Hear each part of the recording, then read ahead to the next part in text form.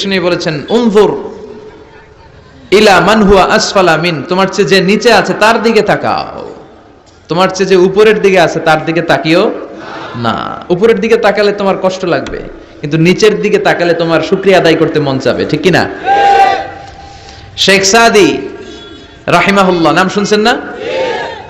ওনার একবার আর্থিক ভাবে খুব খারাপ অবস্থা যাচ্ছিল, ওনার পায়ে জোতা ছিল না, কি ছিল না?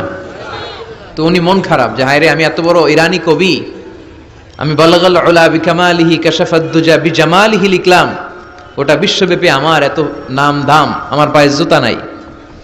উনি বেজায় মন খারাপ করে রাস্তায় বেরিয়ে হাঁটছেন খালি পায়ে, হাঁটতে হাঁটতে হঠাৎ একটা লোকের দিকে তাকালেন, দেখলেন ওই লোকের দুইটা পাই নাই।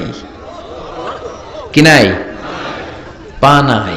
এবার উনি আল্লাহর শুকরিয়া করেন যে আল্লাহ অনেক দিয়েছো, অনেক দিয়েছো, শুকর আলহামদুলিল্লাহ।